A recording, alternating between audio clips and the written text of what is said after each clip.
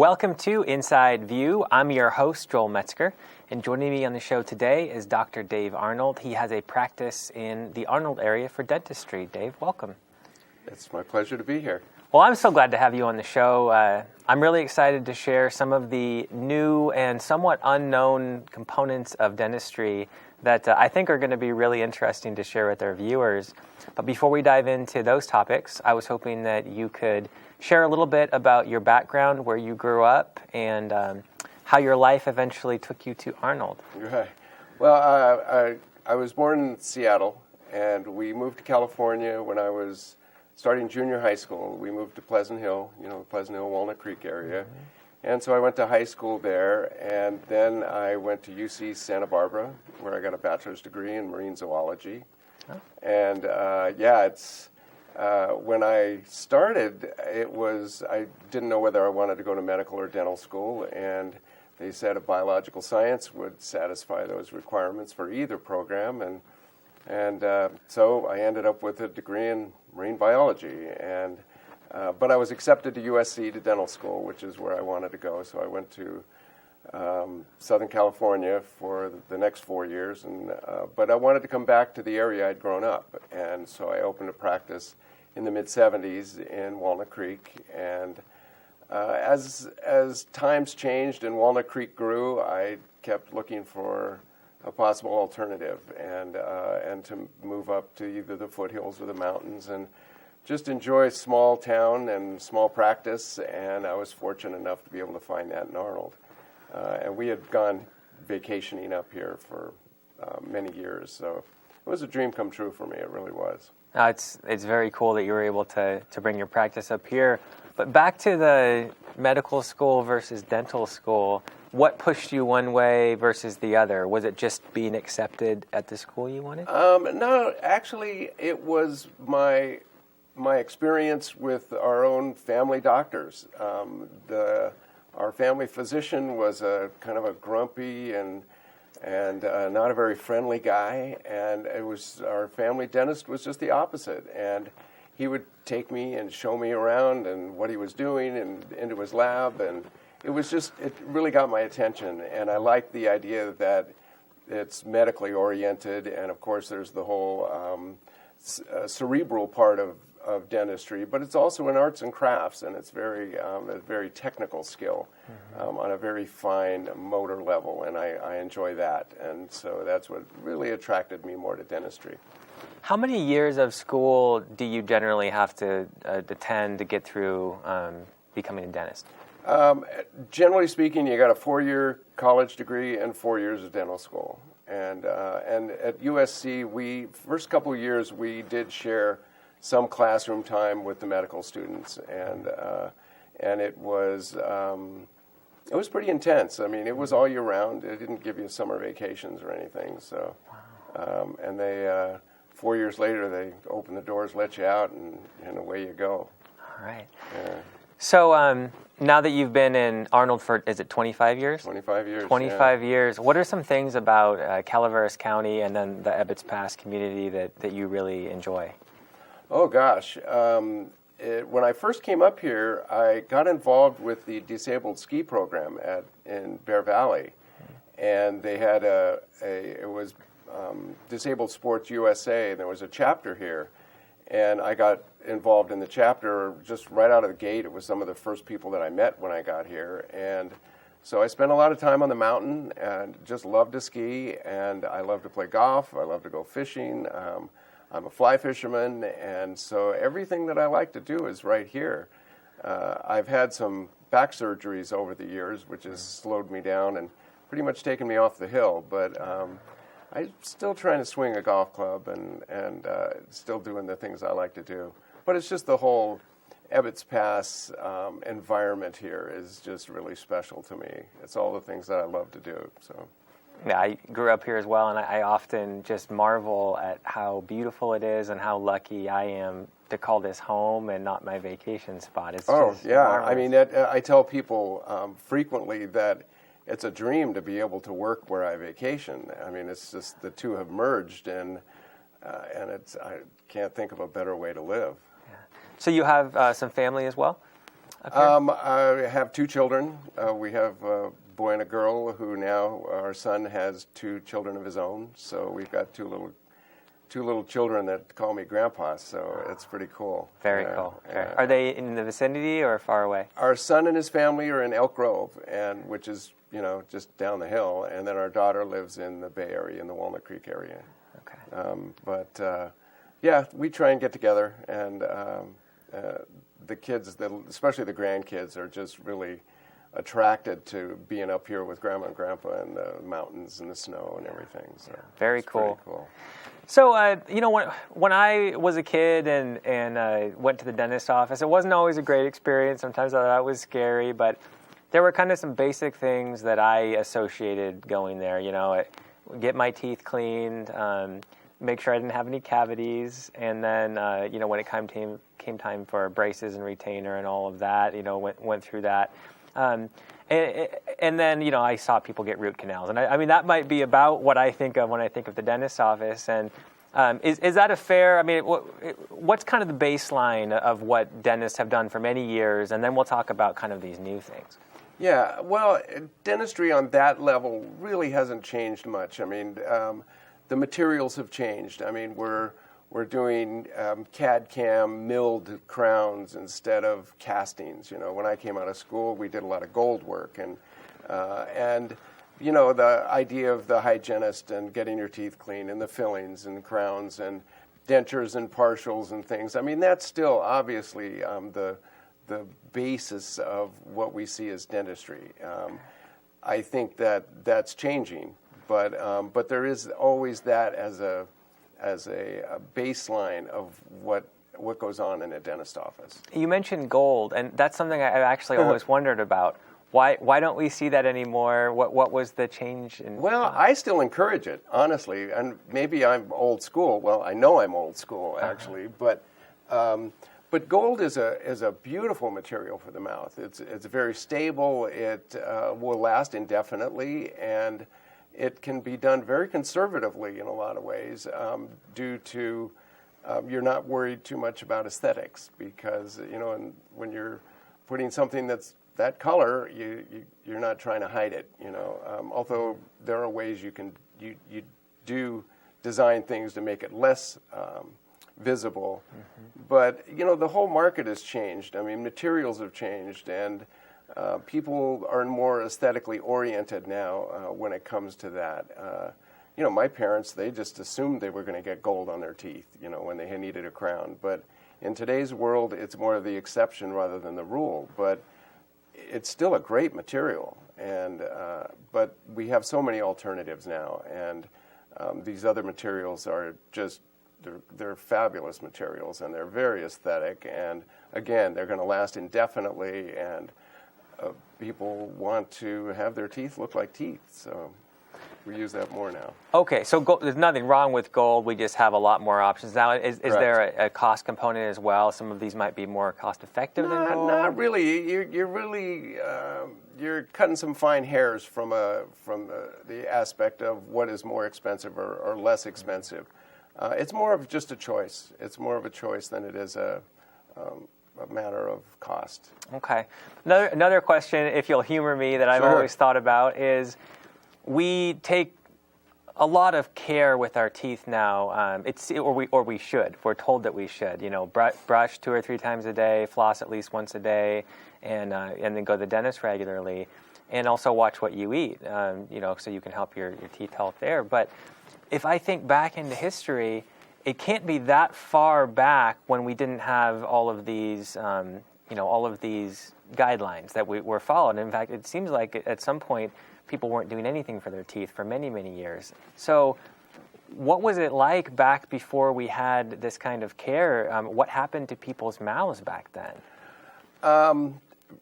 Infections were rampant. I mean, when you even go back to our founding fathers, and I was fortunate enough when I was at USC, the dean at UCLA was the guy who had put the collection together at the Smithsonian, George Washington and Thomas Jefferson and Franklin and these guys. I mean, he had a lot of that, those teeth. Like you hear about George Washington and his wooden teeth. It's true. And we were fortunate enough to see this. And, we're only talking a couple hundred years. And they, it was, the dentist was also the barber and the this and the that. I mean, it was just kind of one of these things that things got bad, teeth were pulled, everything. But infections were serious. I mean, infections with teeth were serious. And as our diet became more and more refined sugars and things like that, it was a real serious disease. I mean, dental decay and gum disease was real serious to the overall health of people. And it was just that teeth were removed. And it really has been probably since just the idea of inflammation and the understanding of inflammation and that decay is a disease and that gum inflammation is a disease. And as those definitions have been made, then more and more we've moved in the direction of, we need to prevent these things and we need to manage these things, not just for our teeth, but for our overall health. So going all the way back, even if you had a diet that was really, just basically natural foods and no refined sugars, would your teeth have a better chance of not succumbing to decay and inflammation and all of that? Absolutely. I mean, there's some very interesting studies that go back into the 30s with a man that went into different tribal communities and found that they had 32 teeth, they were decay-free, and they had these just really just nutritious diets. They ate meat at certain times of the year and fish, and they grew their food, and their diet was just exceptionally strong and healthy, and they didn't have decay. And then missionaries or whoever showed up brought in refined carbohydrates with them, and within 3 generations they had decay and they had crowding and they had dental problems that just didn't exist before. So it was very, very clear where the source of this came from, and it was dietary. Okay, well, that's fascinating. So we actually, by our advancements in our food production and how we process our food, we've made it harder for our mouths to handle what's being put in them. Right. Okay. Right. Even the growth of the face and crowded teeth and blocked out wisdom teeth and so on. I mean, our faces have shortened and narrowed. And that was very clearly shown with these studies to be dietary in nature. How does that work? How would that impact how we actually grow? Well, it's how hard we work to eat, to chew. Even back to nursing, the strength of the muscles needed to nurse versus feeding from a bottle. I mean, those are very, very different things from a muscular standpoint. And then just to have to work to eat harder, just to work harder to eat, and what that does to the management and growth of the bones and the muscles of the face. And our diets have gotten soft. We've softened up, and so the Anglo face especially has very, very clearly narrowed and shortened, and it's demonstrated by the fact that we have impacted teeth. I mean, not just wisdom teeth, but impacted eye teeth, and even missing second bicuspids have become more common. They just don't exist anymore. So there is a change that occurs, and a lot of it has to do with our diet and how we chew and what we eat. That's fascinating. It's cool stuff. That's really cool. It really is. Okay, and there's some other cool things I wanted you to touch on tonight, and this is what we touched on in the beginning of the show, which is we have kind of this baseline dentistry, which is never going to go away. There's always going to be a need for that. But there have been some new scientific studies which have shown that you as the dentist actually can have an influence over many more things that maybe weren't considered before. So what's one of the main ones that? Well, I think the one that touches just the average person going to the dentist office is that we now understand much more about inflammation and inflammation as it relates to systemic disease. I mean, heart disease and diabetes and things that have to do with chemistry and its relationship to inflammation in the mouth. Gum disease and gum inflammation. I mean, if you've got one spot in your mouth that bleeds when you brush your teeth, that's inflamed. I mean, that is a process that's going on there. And they're finding that the basis of disease from heart disease, but even to cancerous and precancerous conditions, have a basis in inflammation. Inflammation of blood vessels is part of the whole idea of heart disease. And that the inflammation in the mouth has markers in the bloodstream called C-reactive protein, which is the same markers that are found with heart disease. So we're beginning to understand that as we stress that people keep their gums healthy and keep a healthy condition in their mouth, which is brushing, which is flossing, which is nutrition, then they're affecting their entire body and all the systems in their body. Now, can we say that if you've got gum disease, you have a higher incidence or a higher chance of having heart disease? Maybe. I mean, we're not quite there yet. I mean, the causative effect isn't quite there, but it's close. And it's not just heart disease, but it's diabetes, anything having to do with blood vessels and inflammation of blood vessels, and even precancerous conditions. They're finding that cancer has a basis in inflammation. So if we start drawing and connecting these dots, it's like, gosh, I mean, the mouth is going to be now a center for diagnosis, not just to understand whether we can keep our teeth or not, but understanding just the health of our bodies in general. So, in general, we aren't really inflamed very many places in our bodies if we're doing okay. But without taking care of our teeth, we could easily have one of those inflamed areas that you referenced in our mouth at all times. Yeah, and actually the mouth is the most common place for inflammation in the body. Yes. And when they start doing these statistics and you start seeing that, that 80% of the population has gingivitis, or more, probably closer to 90%. And that's just bleeding gums. But bleeding gums is inflammation. And inflammation is we're finding is the basis of disease. I teach at UCLA, and there's all this research going on in these directions now. Just the whole idea of what we can find out from the mouth. I mean, even salivary tests now can show what's going on systemically in the body. And so we may be able to do a lot of diagnosis of pre-systemic diseases just by knowing what's going on in the mouth. Very, very cool. exciting. It's very exciting stuff. So let's talk about inflammation a little bit more. In most people's mouths, let's say you just stop flossing altogether. You still brush, but you're not flossing. Many people probably aren't necessarily going to feel pain or necessarily feel even bleed. But they aren't flossing. What's happening in that mouth when they aren't getting in there and flossing? Let's say they're brushing once a day. Yeah. Well, it depends on the individual, first of all. I mean, all of us have our own resistance factors. And for the person that might brush once a day, but does a pretty good job of it and doesn't floss, may not have any problems at all. Okay. I mean, and yet another individual that just works like crazy and does everything under the sun to do it all right, might have this battle that goes on constantly to try and maintain the health of their tissues. And it's not, there's no cut and dry rule. I mean, obviously the most common things to do are to brush and floss your teeth, but it is, the bacterial colonies build up takes about 24 hours. So if you can effectively, this is not going to, my colleagues are not going to like me for this one, but if you can effectively brush and floss your teeth once every 24 hours, you can do the job that needs to be done because it takes that long for the bacterial colonies and the biofilms to develop in your mouth.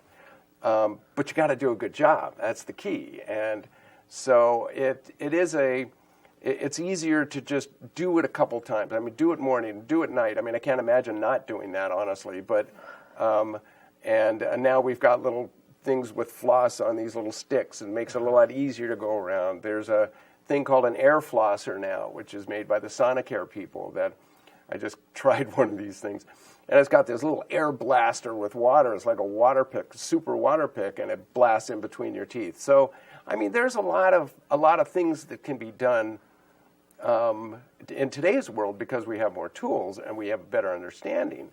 But it's just basically that you've just got to get in front of the mirror every day. And it's not going to the dentist that saves your teeth.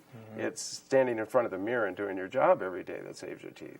And if you don't do that, you said for 24 hours, then these bacterial colonies, they can form, and then is that when they can start actually attacking your enamel and your gums? Yeah, and that's when they become organized, and they're setting up shop, and the bacterial byproducts are acidic. I mean, that's what causes gum disease, and that's what causes tooth decay is the acids from the bacteria. And there are good bacteria in your mouth. I mean, we've got 1 billion bacteria at any point in time in your mouth. I mean, there's 1 billion of them in there.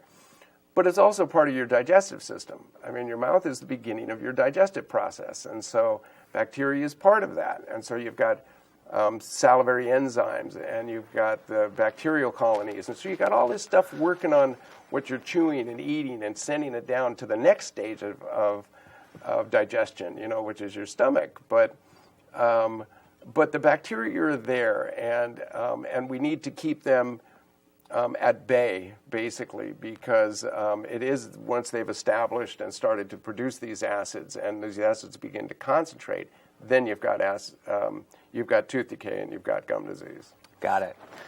What would be a sign for someone who maybe is not doing such a great job brushing and flossing, where they really need to go and get checked out? What would they look for? Well, I mean, bleeding.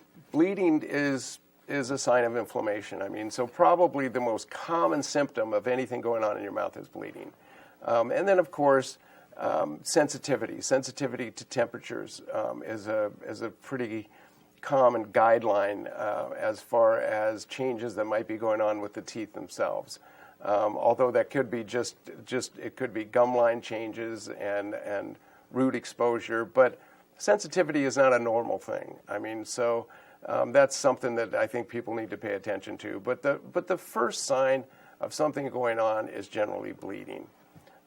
And then, of course, you've got your obvious breakdown where there's you can see a hole in your tooth, or there's a chip on your tooth, or something, quite obvious. But bleeding of the gums when you're brushing your teeth is not a good sign. It's something's going on. Another thing that I think is interesting is there's a relationship between what you do and sleep. Can you go into some of those interactions? Sure. If you think about the first CPR class you took, the first thing you do is you tip the head back and you bring the jaw forward. And what that does, tipping the head back straightens the airway, bringing the jaw forward pulls the tongue out of the airway. And so there's obviously a connection between the jaw position, tongue position, and your ability to breathe. And now you take that into sleep, and people snore. The sleep apnea now has become, really visible in the media and in just healthcare in general, because we now understand how important sleep is. But it actually occurred to me back in the 80s with a patient that had come in and asked me about this thing called sleep apnea, and they were at Stanford, we're going to do all these surgeries to her, and with the tongue and the soft palate and the uvula, and they were going to do all this surgery to help this person with sleep apnea, which I had no idea what it was at the time. But she asked me about what I thought because it was in my mouth. It was in her mouth, and what did I think? I didn't know what she was talking about. And there was no internet in the mid-'80s, so I went to the library at UC San Francisco, and at the time I was making appliances that brought the jaw forward for orthodontics, and this was coming out of Germany, and there were some things that I was trying to help my patients with rather than headgear and some other things that I was trying to help the face grow in the other direction rather than holding it back. But I made an appliance for this person instead of all this surgery that brought her jaw forward. And she went back to have her sleep studies done, and her apnea had all gone away. And I was like, whoa, wait a second, gee, that's pretty significant. And that was in the mid-'80s, and I know that I was at the very beginning of that whole science, because now there's a plethora of appliances that have people's names on it, and that's where I missed my big chance. Right. It was like, oh. God. Anyway, yeah, I still dwell on that once in a while. But I did. I designed an appliance that I had never seen before, and I made it up, and so it really helped. The idea is that by bringing the jaw forward, you bring the tongue forward because the tongue is attached behind your chin. So if you bring this forward, you're going to open the airway. And it's basic CPR, but it's also a way to pull down and affect the musculature in the back of the throat. So not only are you bringing the tongue forward and opening up the airway, but you're creating muscle tension that then opens the airway laterally. So it's significant. And now it's FDA approved for mild to moderate sleep apnea to have an oral appliance rather than what's called a CPAP, which is the most common way to treat sleep apnea. And people don't like those. Oh, no. The biggest problem is compliance, is that people don't use them. Right. They end up, or people that travel. I mean, and so I just made an appliance for a gentleman that he hates dragging the thing around with him. And so I'm telling him, don't give it up. I mean, it is the standard. It is the medical standard. But we're also approved, for treatment if the apnea works within certain guidelines as far as its severity, but also there's a certain skeletal pattern that is acceptable to moving the jaw forward and holding it there for 8 hours. I mean, there are certain conditions that don't allow that, but it does work. We're getting close to being out of time, so just briefly, what are a few more things that people might want to know about that? Well, I think it's important when we talk about sleep that we not just talk about adults, that children's snoring is a pathology. I mean, we kind of joke about it a little bit, and when I ask a parent or a child if they snore, it's everybody kind of looks at each other and kind of laughs a little bit, but it's real serious. I mean, especially for a child to snore, and it affects their oxygen saturation. It affects their growth and development, not only of their whole body, but their face, and it affects their orthodontics. It affects a lot of things. Dentistry is now, we affect a lot of things in regards to headaches and migraines.